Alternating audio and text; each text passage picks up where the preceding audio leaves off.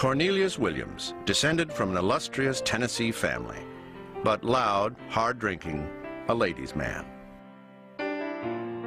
Edwina Williams, daughter of a minister, mentally unstable, sexually repressed.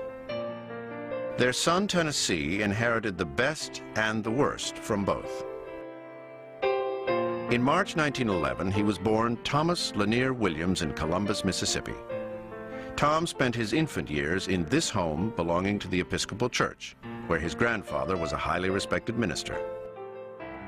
Edwina stayed home and doted on Tom and his older sister, Rose. Cornelius, a traveling salesman, was usually out of town.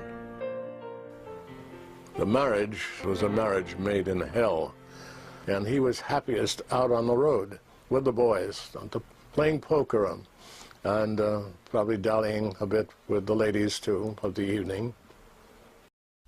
And when Cornelius was home, he bullied and terrorized his wife and young children. Edwina ignored her husband, reserving her affection for Tom and Rose. But she was also controlling, warning that any misbehavior would be punished by God. When Tom was 4 years old, the family moved to Clarksdale, another town in Mississippi.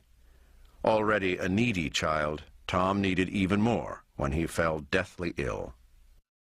My brother was a victim of diphtheria, and for a year, he wasn't able hardly to get out of the house. His legs were practically skin and bone. He couldn't hardly walk. But he could discover the world of words. His mother introduced him to writers like Shakespeare and Dickens. During Tom's 2-year illness, Edwina Williams grew even more protective of her frail son. Tom also spent hours with his sister Rose. The two became inseparable best friends. Then, in 1918, Tom's world was turned upside down. His father got a new job with the International Shoe Company. The Williams family was uprooted from rural Mississippi to St. Louis, one of the largest cities in America.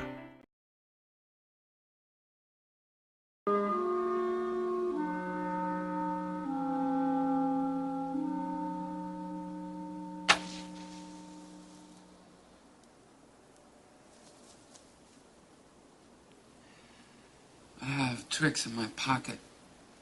I have things up my sleeve, but I am the opposite of a stage magician. He gives you illusion which has the appearance of truth, and I give you truth in the pleasant disguise of illusion. To begin with, I turn back time. I reverse it to that quaint period, the 30s, when the huge middle class of America was matriculating in a school for the blind. Their eyes had failed them, or they had failed their eyes, and so were having their fingers pressed forcibly down on the fiery braille alphabet of a dissolving economy.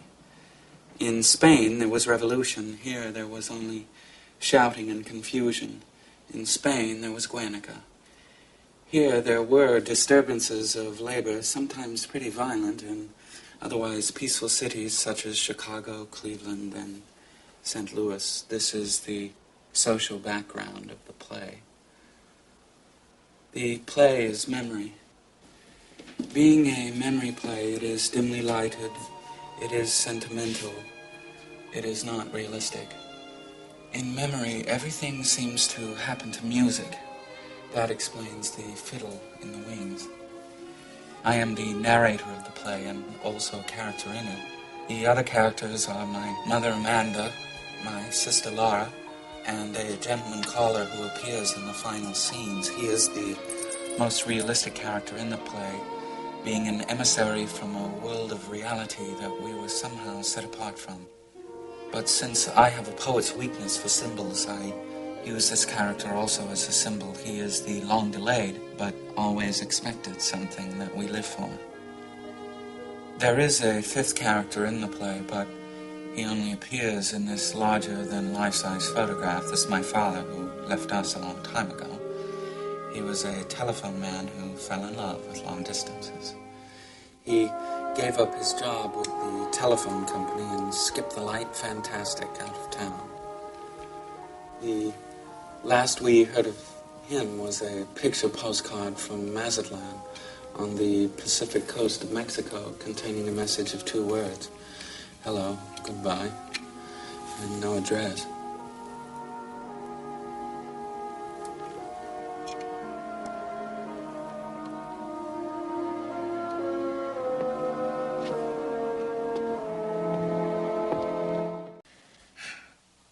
So from 7:30 in the morning till after 5 in the afternoon, you mean to tell me you went walking around in the park in order to make me believe you were still going to business college? Mother, it wasn't as bad as it sounds. I went inside places to get warmed up. Inside where? I went to the art museum and the birdhouse at the zoo. I visited the penguins every day. Some days I did without lunch, and I went to the movies, but lately in the afternoons I've been going to that place called the Jewel Box. That big glass house where they raise the tropical flowers. Honey, you did all this to deceive me? For deception? Now why? Why? Laura, why? Mother, when you are disappointed, you get that awful suffering look on your face like the picture of Jesus' mother in the museum. Williams hated the town and his new school, which he compared to a jail. His misery was compounded because his incompatible parents were now under the same roof in this apartment building. Tom withdrew deeper into his private oasis of poetry and novels. For a boy who was shy to the point of pain and sensitive to what then might have been called effeminacy, he was almost brutalized by schoolboys. And this was reinforced at home because his father couldn't stand the fact that he didn't turn into a football hero. The boy preferred to read poetry. Tom was ridiculed by his macho dad, who mocked him as a sissy and wondered whether he was raising a homosexual. Mom wasn't a model parent either. She was manipulative, continually warning her children about men like their father. The mother could at times be extremely difficult, being very puritanical about sex. And of course, the effect on the children was divisive, was destructive. Rose and Tom found solace in each other. They played together, then when they were old enough, went to movies together at the local theater. They were similar in personality, best friends, and soulmates. Rose was his one really great love. It was one to whom he was at all times faithful, as he was to his writing. They were the two major forces in his life. But in her late teens, Rose began showing signs of mental problems, violent mood swings, hysterical crying, adding even more tension to the home. The breaking point came one night when Tom assaulted Rose with his most dangerous weapon, his words. My brother met her coming down the stairs and said, "I never want to see your ugly face again." And that was a tremendous blow, because my sister at that time was just wavering between sanity and insanity. And the next day, she took a carving knife and went after my father with it. Eventually, the family had Rose Williams committed to a mental hospital. Tom was devastated, and for the rest of his life feared that he too might go mad. Fortunately, there was an outlet: writing. He became more serious about it at age 19, when he entered the University of Missouri. Tom wrote poetry. "A kiss brings pain, and yet I'll kiss again." His father wasn't exactly proud. Tom's prowess in poetry was nothing to brag about at poker games, and Cornelius Williams flew into a rage when Tom flunked ROTC military training. He felt his son was a disgrace to the family, not a real man. He yanked Tom out of college and put him to work at International Shoe. By day, 21-year-old Tom stacked boxes in this warehouse in St. Louis. By night, he wrote.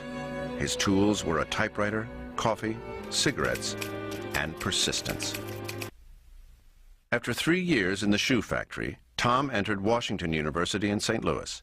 At 24, he was one of the oldest students on campus. In 1936, he won first prize of $25 in a poetry competition. For the first time, Tom felt he might actually have real talent. So he entered one of his plays in a university drama contest. When it got fourth place, Tom's ego was crushed. He screamed at his professor, quit school, and stormed off campus. The next year, 1937, it was on to college number 3, the University of Iowa. Once again, he wrote plays and acted in a student production. This time, he even graduated. And he decided Thomas Lanier Williams just wasn't a suitable name. So he named himself after the state settled by some of his ancestors. From now on, he would be Tennessee Williams.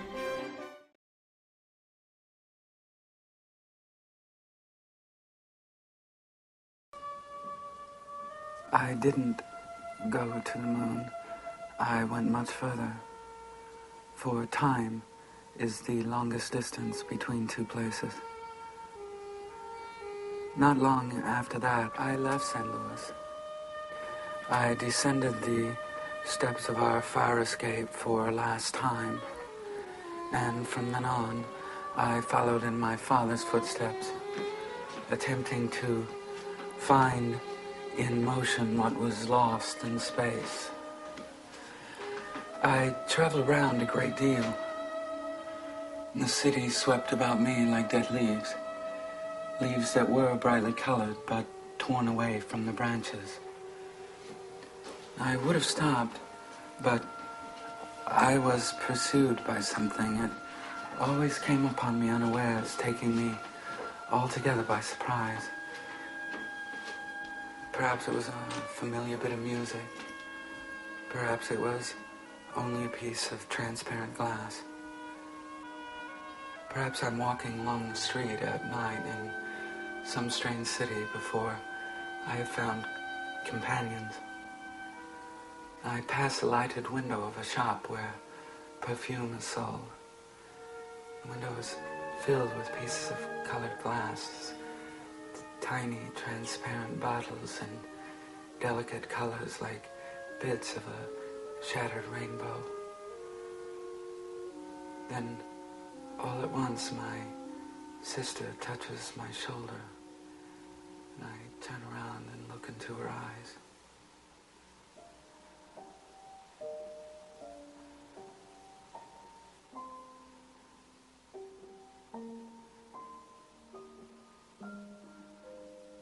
Laura.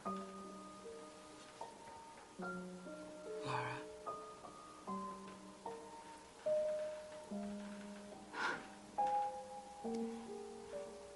I tried so hard to leave you behind me, but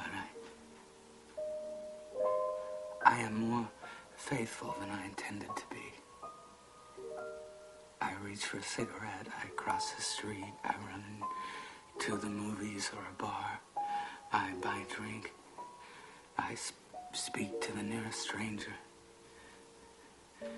Anything that will blow your candles out.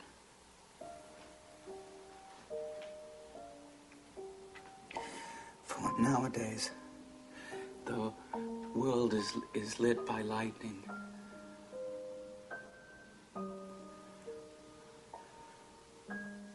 Blow out your candles, Laura.